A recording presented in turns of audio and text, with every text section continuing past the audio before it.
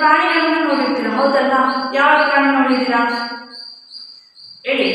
ಆನೆ, giraffe, okay. Next ಹುಲಿ, ಸಿಂಹ, ಹೌದಲ್ವಾ? ನೋಡಿದಿರಲ್ವ ಈ ಪ್ರಾಣಿಗಳ? ಹಾಗಾದ್ರೆ ಎಲ್ಲಿ ನೋಡಿದ್ದೀರಾ ಇದನ್ನ, ಆನೆಗಳನ್ನ ಅಥವಾ ಹುಲಿಗಳನ್ನ ಅಥವಾ ಜಿರಾಫೆಗಳನ್ನ ಎಲ್ಲಿ ನೋಡಿದ್ದೀರಾ? ಫೋಟೋದಲ್ಲಿ ಅಂತ ಹೇಳ್ಬಿಡಿ. ಎಲ್ಲಿ ನೋಡಿದ್ದೀರಾ? ಝೂನಲ್ಲಿ ಎಲ್ಲ ನೋಡಿರ್ತೀರಲ್ವಾ? ಹಾಗಾದ್ರೆ ಕನ್ನಡದಲ್ಲಿ ಏನಂತ ಕರಿತೀವಿ ಝೂಗೆ? ಏನಂತ ಕರಿತೀವಿ ಕನ್ನಡದಲ್ಲಿ? ಗೊತ್ತಿಲ್ಲ, ಯಾರು ಗೊತ್ತಿರಲ್ಲ. ಏನಂತ ಕರಿತೀವಿ? ಮೃಗಾಲಯ ಅಂತ ಹೇಳಿ ಕರಿತೀವಿ. ಝೂಗೆ ಕನ್ನಡದಲ್ಲಿ ಏನಂತ ಕರಿತೀವಿ?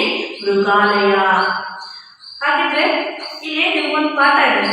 ಏನಪ್ಪಾ ಅಂದ್ರೆ ಪಾಠದ ಹೆಸರು ಮೃಗಾಲಯದಲ್ಲಿ ಒಂದು ದಿನ ಅಂತ ಹೇಳಿ. ಪಾಠದ ಹೆಸರೇನು? ಮೃಗಾಲಯದಲ್ಲಿ ಒಂದು ದಿನ.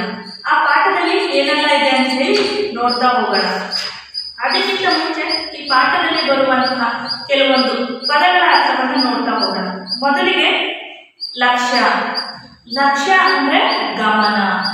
ಲಕ್ಷ್ಯ ಬೇರೆ, ಲಕ್ಷ್ಯ ಬೇರೆ. ಲಕ್ಷ್ಯ ಅಂದ್ರೆ ಗಮನ. ಹಾಗೆ ನೆಕ್ಸ್ಟು ಪರಿಮಳ. ಪರಿಮಳ ಅಂದ್ರೆ ಸುವಾಸನೆ. ನೆಕ್ಸ್ಟು ಅಮೂಲ್ಯ. ಅಮೂಲ್ಯ ಅಂದ್ರೆ ಶ್ರೇಷ್ಠ. ನೆಕ್ಸ್ಟ್ ಲಾಸ್ಟ್ ಇದು ನಳ. ನಳ ಅಂದ್ರೆ ನಲ್ಲಿ.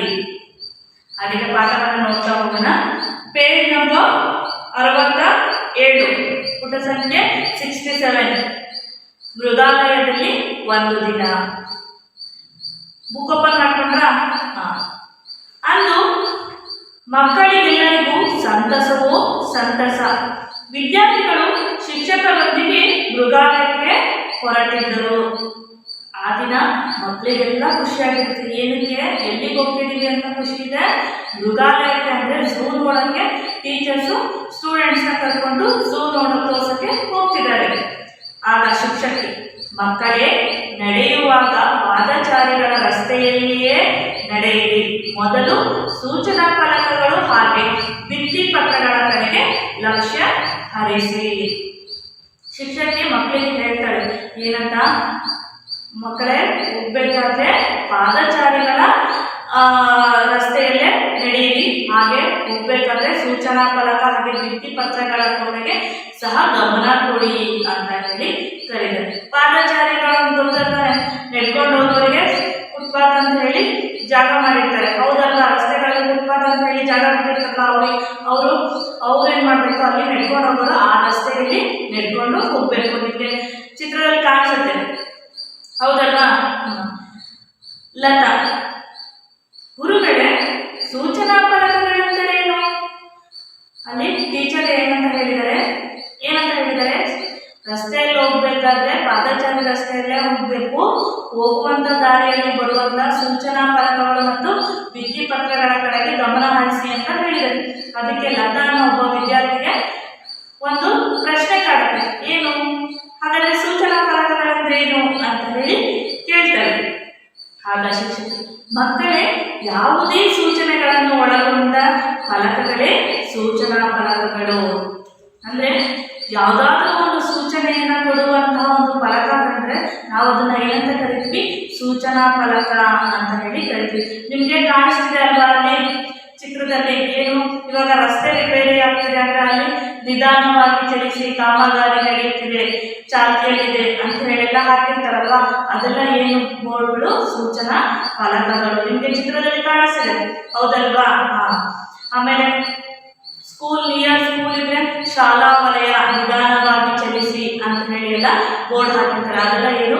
ಸೂಚನಾ ಫಲಕಗಳು. ಅಂದ್ರೆ ಆ ಸೂಚನಾ ಫಲಕಗಳು ನಮ್ಗೆ ಏನ್ ಕೊಡುತ್ತೆ? ಸೂಚನೆಯನ್ನ ಕೊಡುತ್ತೆ. ಹಾಗಾಗಿ ಅವನ್ನ ಸೂಚನಾ ಫಲಕಗಳು ಅಂತ ಹೇಳಿ ಕರಿತೀವಿ. ಆದರ್ಶ, ಗುರುಗಳೇ, ಇದು ಶಾಲಾ ವಲಯ, ನಿಧಾನವಾಗಿ ಚಲಿಸಿ ಎಂದು ಅಲ್ಲಿ ಬರೆದಿದೆ ಏಕೆ? ಅಲ್ಲಿ ಆದರ್ಶ ಕೇಳ್ತಾನೆ ಒಬ್ಬ. ಅಲ್ಲಿ ಬೋರ್ಡ್ ಇರುತ್ತೆ, ಅವ್ರು ಹೋಗುವಂತಹ ದಾರಿಯಲ್ಲಿ ಒಂದು ಫಲಕ ಇರುತ್ತೆ. ಅಲ್ಲಿ ಕೊಟ್ಟಿದ್ದಾರೆ, ಏನಂತ ಕೊಟ್ಟಿದ್ದಾರೆ ಆ ಫಲಕದಲ್ಲಿ? ಶಾಲಾ ವಲಯ, ನಿಧಾನವಾಗಿ ಚಲಿಸಿ ಅಂತ ಹೇಳಿ ಬರೆದಿದೆ. ಯಾಕೆ ಬರೆದಿದ್ದಾರೆ ಅಂತ ಹೇಳಿ ಕೇಳ್ತಾರೆ. ಅದಕ್ಕೆ ನವ್ಯ ಇನ್ನೊಬ್ಬ ವಿದ್ಯಾರ್ಥಿ ಹೇಳ್ತಾರೆ, ಆದರ್ಶ, ಶಾಲಾ ಮಕ್ಕಳು ಅಲ್ಲಿ ರಸ್ತೆ ದಾಟುವುದರಿಂದ ಚಾಲಕರು ವಾಹನಗಳನ್ನು ಎಚ್ಚರಿಕೆಯಿಂದ ಚಲಾಯಿಸಬೇಕು ಎನ್ನುವ ಕಾರಣಕ್ಕಾಗಿ ಈ ಫಲಕವನ್ನು ಹಾಕಿದೆ ಅಲ್ಲವೇ ಗುರುಗಳೇ? ಅವಳು ಹೇಳ್ತಾರೆ. ಅಂದ್ರೆ ಬೈಕಲ್ಲಿ ಹೋಗುವಂಥವ್ರು ಅಥವಾ ಇನ್ನಿತರ ಯಾವುದೇ ವಾಹನಗಳಲ್ಲಿ ಹೋಗುವಂಥವ್ರು ಏನ್ ಮಾಡ್ಬೇಕು, ಆ ಬೋರ್ಡನ್ನು ನೋಡಿ ನಿಧಾನಕ್ಕೆ ಹೋಗ್ಬೇಕು. ಯಾಕಂದ್ರೆ ಮಕ್ಕಳು ಆ ಕಡೆಯಿಂದ ಈ ಕಡೆ ರಸ್ತೆಯನ್ನ ದಾಟ್ತಾ ಇರ್ತಾರೆ. ಅಂತ ಸಮಯದಲ್ಲಿ ನಾವೇನ್ ಮಾಡ್ಬೇಕು, ನಿಧಾನವಾಗಿ ಚಲಿಸಬೇಕು ಅಂತ ಹೇಳಿ ಅಲ್ಲಿ ಸೂಚನಾ ಫಲಕವನ್ನ ಹಾಕಿದ್ದಾರೆ ಅಲ್ವಾ ಅಂತ ಹೇಳಿ ಗುರುಗಳಿಗೆ ಕೇಳ್ತಾರೆ ಶಿಕ್ಷಕ. ಹೌದು ನವ್ಯ, ನೀನು ಹೇಳಿದ್ದು ನಿಜ. ಅವಾಗ ಹೇಳ್ತಾರೆ, ನೀನು ಹೇಳಿದ್ದು ನಿಜ ಅಂತ ಹೇಳಿ ಗುರುಗಳು ನವ್ಯನಿಗೆ ಹೇಳ್ತಾರೆ. ರಮ್ಯ ಪಲ್ಸ್ ಪೋಲಿಯೋದ ಭಿತ್ತಿ ಪತ್ರವನ್ನು ತೋರಿಸುತ್ತಾ, ಅಲ್ಲಿ ನಿಮ್ಗೆ ಚಿತ್ರದಲ್ಲಿ ಕಾಣಿಸ್ತಿದೆ ಅಲ್ವಾ, ಶಾಲಾ ವಲಯದ್ದು ಕಾಣಿಸೋ ಹಾಗೆ ನೆಕ್ಸ್ಟ್ ಇರುವಂತದ್ದು ಯಾವುದು ಏನಿದೆ ಅಲ್ಲಿ ಬೋರ್ಡು, ಪಲ್ಸ್ ಪೋಲಿಯೋ ಲಸಿಕೆ ಹಾಕಿ ಅಂತ ಹೇಳಿ ಇದೆ, ಹೌದಲ್ವಾ? ಬೋರ್ಡ್ ಇದೆ. ಅಲ್ಲಿ ಅದನ್ನ ತೋರಿಸ್ತಾ ಹೇಳ್ತಾಳೆ ರಮ್ಯಾ, ಅಲ್ಲಿ ಮೇಲೆ ಅಂಟಿಸಿರುವುದು ಸೂಚನಾ ಫಲಕವೇ ಟೀಚರ್? ಹಾಗಿದ್ರೆ ಅಲ್ಲಿ ಅಂಟಿಸಿದೆಯಲ್ಲ ಪಲ್ಸ್ ಪೋಲಿಯೋ ಚಿತ್ರ ಕಾಣಿಸಿದೆಯಲ್ವಾ, ಅದು ಸಹ ಸೂಚನಾ ಫಲಕನ ಅಂತ ಹೇಳಿ ಯಾರು ಕೇಳ್ತಾರೆ? ರಮ್ಯಾ. ಅದಕ್ಕೆ ಶಿಕ್ಷಕಿ, ಅಲ್ಲ ರಮ್ಯಾ, ಅದು ಭಿತ್ತಿ ಪತ್ರ. ಅದೇನದು? ಭಿತ್ತಿ ಪತ್ರ. ಜಾಹ್ನವಿ, ಭಿತ್ತಿ ಪತ್ರ ಹಾಗಂದ್ರೆ ಏನು ಟೀಚರ್? ಭಿತ್ತಿ ಪತ್ರನ ಹಾಗಂದ್ರೆ ಏನು ಅಂತ ಹೇಳಿ ಕೇಳ್ತಾರೆ. ಆಗ ಶಿಕ್ಷಕ ಹೇಳ್ತಾರೆ, ಮಕ್ಕಳೇ ಇಲ್ಲಿ ಕೇಳಿ, ಭಿತ್ತಿ ಅಂದ್ರೆ ಗೋಡೆ, ಗೋಡೆಗೆ ಅಂಟಿಸಿರುವ ಪತ್ರಗಳೇ ಭಿತ್ತಿ ಪತ್ರಗಳು. ಅವು ದೊಡ್ಡದಾಗಿದ್ದು ಸಂದೇಶವನ್ನು ಸ್ಪಷ್ಟವಾಗಿ ಹಾಗೂ ಆಕರ್ಷಕವಾಗಿ ನಮಗೆ ತಿಳಿಸುತ್ತವೆ. ಅಲ್ಲದೆ ಕೆಲವೊಂದು ಭಿತ್ತಿ ಪತ್ರಗಳು ಚಿತ್ರದೊಂದಿಗೆ ಕೂಡ ಇರುತ್ತವೆ. ಅಂದ್ರೆ ಭಿತ್ತಿ ಅಂದ್ರೆ ಏನು ಅಂದ್ರೆ ಗೋಡೆ, ಭಿತ್ತಿ ಅಂದ್ರೆ ಗೋಡೆ, ಗೋಡೆಗೆ ಅಂಟಿಸಿರುವಂತಹ ಪತ್ರಗಳನ್ನು ನಾವೇನಂತ ಕರಿತೀವಿ? ಭಿತ್ತಿ ಪತ್ರಗಳು ಅಂತ ಹೇಳಿ ಕರಿತೀವಿ. ಅದು ಸಂದೇಶವನ್ನ ಸೂಚಿಸುತ್ತೆ, ಹಾಗೆ ದೊಡ್ಡದಾಗಿರುತ್ತೆ, ಹಾಗೆ ಚಿತ್ರವನ್ನು ಸಹ ಒಳಗೊಂಡಿರುತ್ತೆ. ನಿಮ್ಗೆ ಚಿತ್ರದಲ್ಲಿ ಕಾಣಿಸ್ತಿದೆ ಅಲ್ವಾ?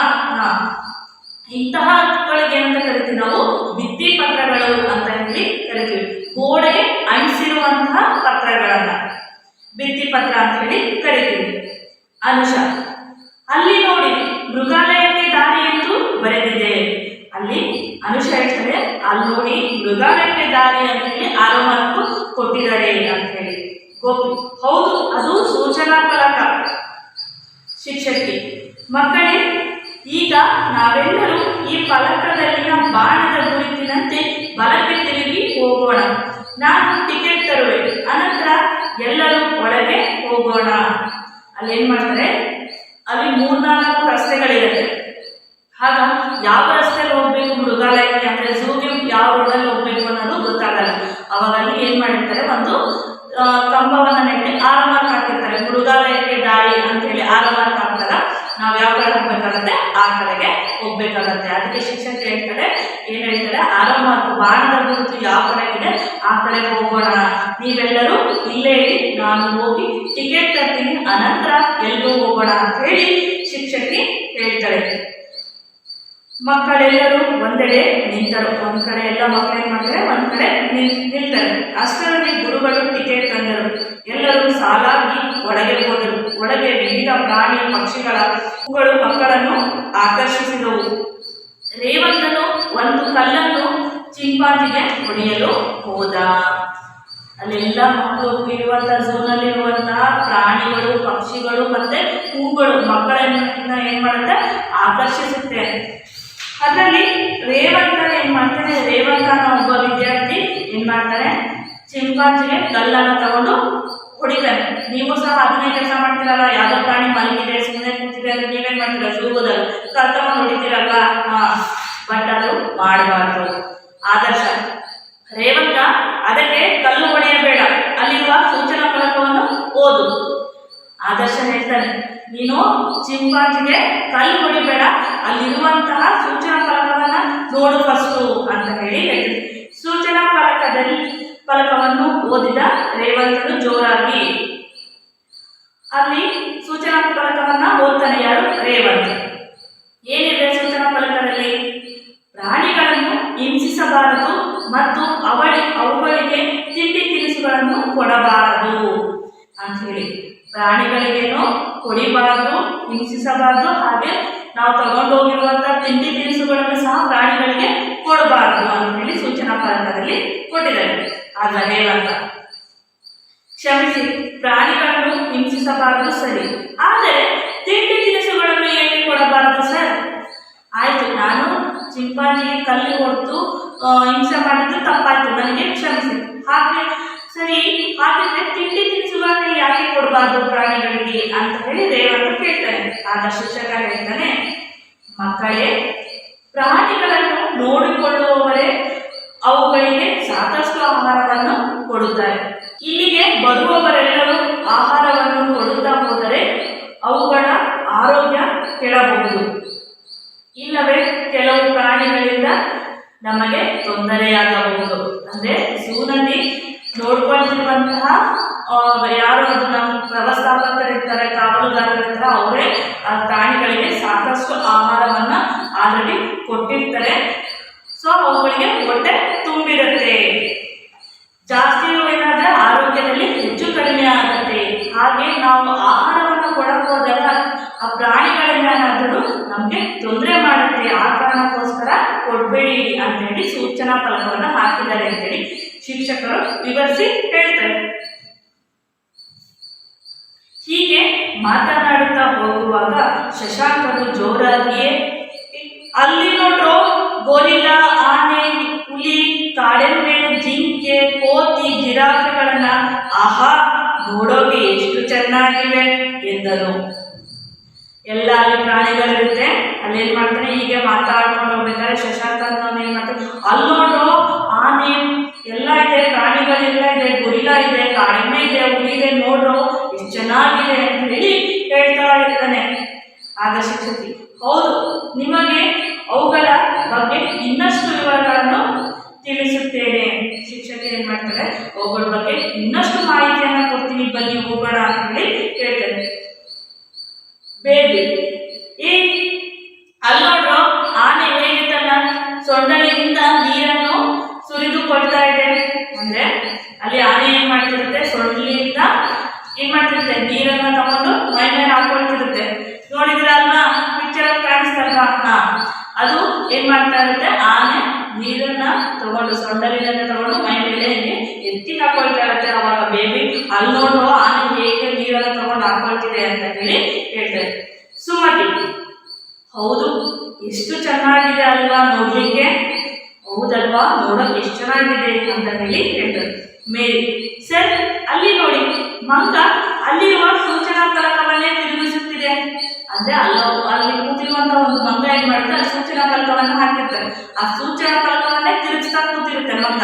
ಅದನ್ನ ಮೇರಿ ನೋಡಿ ಸರಿ ಹೇಳ್ತಾರೆ ಶಿಕ್ಷಕ. ಹೌದು ಮೇರಿ, ಅದು ಸೂಚನಾ ಫಲಕವನ್ನು ತಿರುಗಿಸುತ್ತಾ ಆಟವಾಡುತ್ತಿದೆ.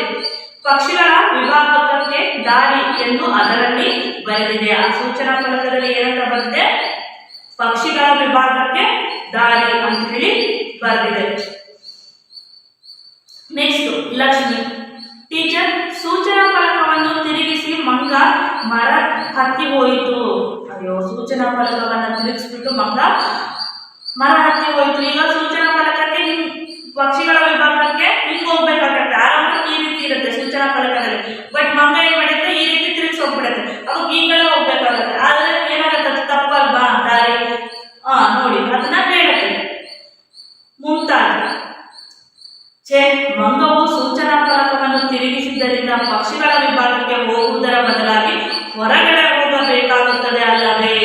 ಅಂದ್ರೆ ಹಿಂಗೋದ್ರೆ ಪಕ್ಷಿಗಳ ವಿಭಾಗಕ್ಕೆ ಹೋಗ್ತೀವಿ, ಅದೇ ಹಿಂಗೋದ್ರೆ ಯಾವ ಕಡೆ ಹೋಗ್ತೀವಿ, ಹೊರಗಡೆ ಎಕ್ಸಿಟ್ ಆಗ್ಬಿಡ್ತೀವಿ ಅಂತ ಹೇಳಿ ಮುಮ್ತಾಜ್ ಹೇಳ್ತಾರೆ. ಸುಮನ, ಪಾಪ, ಎಷ್ಟು ತೊಂದರೆಯಾಗುತ್ತದೆ ಅಲ್ಲವೇ? ಇದನ್ನು ಯಾರು ಸರಿಪಡಿಸುತ್ತಾರೆ? ಅಯ್ಯೋ, ಈಗ ನಾವು ನೋಡಿದೀವಿ ಸರಿ, ಬೇರೆಯವರೆಲ್ಲ ನಮ್ಮ ಹಿಂದ್ಗಡೆ ಬರೋರಿಗೆಲ್ಲ ತೊಂದರೆ ಆಗತ್ತಲ್ವಾ, ಇದನ್ನ ಯಾರು ಸರಿಪಡಿಸ್ತಾರೆ ಅಂತ ಹೇಳಿ ಸುಮನ ಹೇಳ್ತಾರೆ ಶಿಕ್ಷಕ. ಇಲ್ಲಿ ಪ್ರಾಣಿಗಳನ್ನು ನೋಡಿಕೊಳ್ಳುವವರೇ ಇವುಗಳನ್ನೆಲ್ಲ ಸರಿಪಡಿಸುತ್ತಾರೆ. ನಾನಿದನ್ನ ಅವರ ಗಮನಕ್ಕೆ ತರುತ್ತೇನೆ. ಅಂದ್ರೆ ಈ ಝೂ ಇರುತ್ತಲ್ಲ, ಮೃಗಾಲಯ ಎಲ್ಲ ಯಾರು ನೋಡ್ಕೊಳ್ತಾ ಇರ್ತಾರೋ, ಪ್ರಾಣಿಗಳನ್ನ ಯಾರು ನೋಡ್ಕೊಳ್ತಾ ಇರ್ತಾರೋ ಅವರೇ ಅದನ್ನ ಸರಿ ಮಾಡ್ತಾರೆ. ಸೊ ನಾನು ಹೋಗಿ ಅವರಿಗೆ ತಿಳಿಸ್ತೀನಿ, ಈ ರೀತಿ ಸೂಚನಾ ಫಲಕ ಉಲ್ಟಾ ಆಗಿದೆ, ಅದನ್ನ ಸರಿಪಡಿಸಿ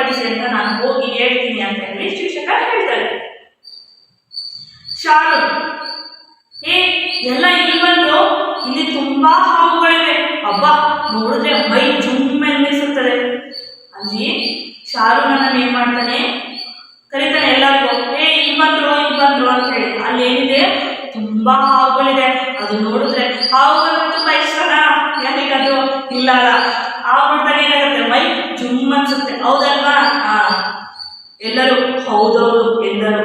ಹೌದಲ್ಲ ಅಂತ ಹೇಳಿ ಕಣ್ಣು ಬಾಯಿ ಬಿಟ್ಕೊಂಡು ಹಾಗೆ ನೋಡ್ತಿದ್ದಾರೆ. ಶ್ರುತಿ, ಅಯ್ಯೋ ನನಗೆ ತುಂಬಾ ಸುಸ್ತಾಗ್ತಿದೆ. ಶ್ರುತಿ ಹೇಳ್ತಾಳೆ, ಅಯ್ಯೋ ನನಗೆ ತುಂಬಾ ಸುಸ್ತಾಗ್ತಿದೆ ಅಂತ ಹೇಳಿ ಹೇಳ್ತಾರೆ ಶಿಕ್ಷಕರಿಗೆ. ಸರಿ, ನೀವೆಲ್ಲ ಇಲ್ಲಿರುವ ಕಲ್ಲಿನ ಬೆಂಚಿನ ಮೇಲೆ ಕುಳಿತುಕೊಳ್ಳಿ. ನಾವು ತಂದಿರುವ ತಿಂಡಿ ತಿನಿಸುಗಳನ್ನು ಹಂಚಿಕೊಂಡು ತಿನ್ನೋಣ. ಸರಿ, ನೀವೆಲ್ಲ ಇಲ್ಲಿ ಕಲ್ಲಿನ ಬೆಂಚಿನ ಮೇಲೆ ಕುತ್ಕೊಂಡು ನಾವು ತಂದಿರುವಂತಹ ತಿಂಡಿಗಳನ್ನೆಲ್ಲ ಹಂಚಿಕೊಂಡು ತಿನ್ನೋಣ ಅಂತ ಹೇಳಿ ಶಿಕ್ಷಕ ಹೇಳ್ತಾರೆ. ಆಗ ಶಿಕ್ಷಕ, ಮಕ್ಕಳೇ ನೋಡಿ, ನೀವೆಲ್ಲ ತಿಂಡಿ ತಿಂದ ನಂತರ ನಿಮಗೆ ಬೇಡವಾದ ವಸ್ತುಗಳನ್ನು ನನ್ನನ್ನು ಉಪಯೋಗಿಸಿ ಎಂದು ಬರೆದಿದೆಯಲ್ಲ, ಆ ಡಬ್ಬದೊಳಗೆ ಹಾಕಿರಿ ಅಂತೇಳಿ. ಅಂದ್ರೆ ಡಸ್ಟ್ಬಿನ್, ನೀವು ಏನೇನು ವಸ್ತುಗಳೆಲ್ಲ ಬೇಡ, ಏನೋ ಪಪ್ಸು ಅಥವಾ ಏನು ಚಿಪ್ಸು ಅಥವಾ ಬಿಸ್ಕೆಟ್ ಎಲ್ಲ ಚಾಕ್ಲೇಟ್ ಎಲ್ಲ ತಗೊಂಡೋಗಿರ್ತೀರ, ಅವನ್ನೆಲ್ಲ ತಿಂದು ಏನ್ ಮಾಡ್ಬೇಕು, ಅಲ್ಲೇ ಬಿಸಾಕ್ಬೇಕಲ್ಲೇ. ಏನ್ ಮಾಡ್ಬೇಕು, ಡಸ್ಟ್ಬಿನ್ ಒಳಗೆ ಹಾಕಬೇಕು. ಅದಕ್ಕೆ ಶಿಕ್ಷಕ ಹೇಳ್ತಿದ್ದಾರೆ, ನೀವು ಬೇಡವಾದಂತ ವಸ್ತುಗಳನ್ನ ತಗೊಂಡೋಗಿ ನನ್ನನ್ನ ಉಪಯೋಗಿಸಿ ಅಂತ ಹೇಳಿ ಬರೋದಿಲ್ಲ, ಆ ಡಬ್ಬದೊಳಗೆ ಹಾಕಿ ಅಂತ ಹೇಳಿ. ಈಗ ಪಾರ್ಕ್ಗಳಿಗೆ ಹೋದ್ರೆ ನಿಮ್ಗೆ ಸಿಗತ್ತೆ, ಏನು ಪಾರ್ಕ್ಗಳಲ್ಲಿ ಹೋದ್ರೆ ಯೂಸ್ ಮೀ ಅಂತ ಹೇಳಿ ಡಬ್ಬಗಳಿಟ್ಟಿರ್ತಾರೆ, ಹೌದಲ್ವಾ? ಅದೇನು ಬೇಡವಾದಂತಹ ವಸ್ತುಗಳನ್ನ ಅದರೊಳಗೆ ಹಾಕಬೇಕು.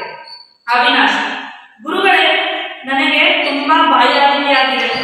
ಅವಿನಾಶ್ ಏನಾಗ್ಬಿಟ್ಟಿದೆ, ತುಂಬಾ ಬಾಯಾರಿಕೆ ಆಗ್ಬಿಟ್ಟಿದೆ. ಶಿಕ್ಷಕ, ಹೌದಾ, ಯಾರಿಗೆಲ್ಲ ಬಾಯಾರಿಕೆ ಆಗಿದೆ ಅವರೆಲ್ಲ ನನ್ನೊಂದಿಗೆ ಬನ್ನಿ, ಅಲ್ಲಿರುವ ನಳದ ಬಳಿ ಹೋಗಿ ನೀರು ಕುಡಿಯುವ. ಸರಿ, ಅವಿನಾಶ್ ಹೇಳ್ತಾನೆ, ನನಗೆ ತುಂಬಾ ಬಾಯಾರಿಕೆ ಆಗ್ಬಿಟ್ಟಿದೆ ಅಂತ ಹೇಳಿ ಹೇಳ್ತಾನೆ. ಆಗ ಶಿಕ್ಷಕ, ಸರಿ, ಯಾರಿಗೆಲ್ಲ ಬಾಯಾರಿಕೆ ಆಗಿದೆ ನನ್ನ ಜೊತೆ ಬನ್ನಿ, ನಾನು ಕರ್ಕೊಂಡು ಹೋಗ್ತೀನಿ.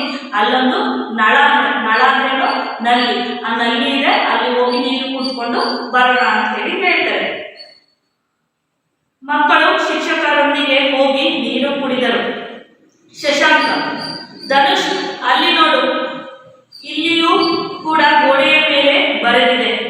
ಅಂದ್ರೆ ಧನುಷ್ಗೆ ಶಶಾಂಕ ಹೇಳ್ತಾರೆ, ಇಲ್ಲೂ ಸಹ ಗೋಡೆ ಮೇಲೆ ಬರೆದಿದೆ. ಏನಂತ ಬರೆದಿದೆ? ಧನುಷ್, ಹೌದು, ನೀರು ಅಮೂಲ್ಯವಾದದ್ದು, ಮಿತವಾಗಿ ಬಳಸಿ ಎಂದಿದೆ. ಅಂದ್ರೆ ನೀರು ತುಂಬಾ ಅಮೂಲ್ಯವಾದದ್ದು, ಕಡಿಮೆ ಬಳಸಿ ಅಂತ ಹೇಳಿ ಆ ಗೋಡೆ ಮೇಲೆ ಬರೆದಿದೆ. ಶಿಕ್ಷಕ, ನೀವೆಲ್ಲರೂ ತುಂಬಾ ಜಾಣ ಮಕ್ಕಳು. ಇಂದು ನೀವು ಎಷ್ಟೋ ವಿಚಾರಗಳನ್ನ ತಿಳಿದುಕೊಂಡಿರಿ. ಈಗ ನಾವು ಪಕ್ಷಿಗಳನ್ನು ನೋಡಲು ಹೋಗೋಣ. ಎಲ್ಲರೂ ಪಕ್ಷಿಗಳನ್ನ ನೋಡಲು ತೆರಳಿದರು.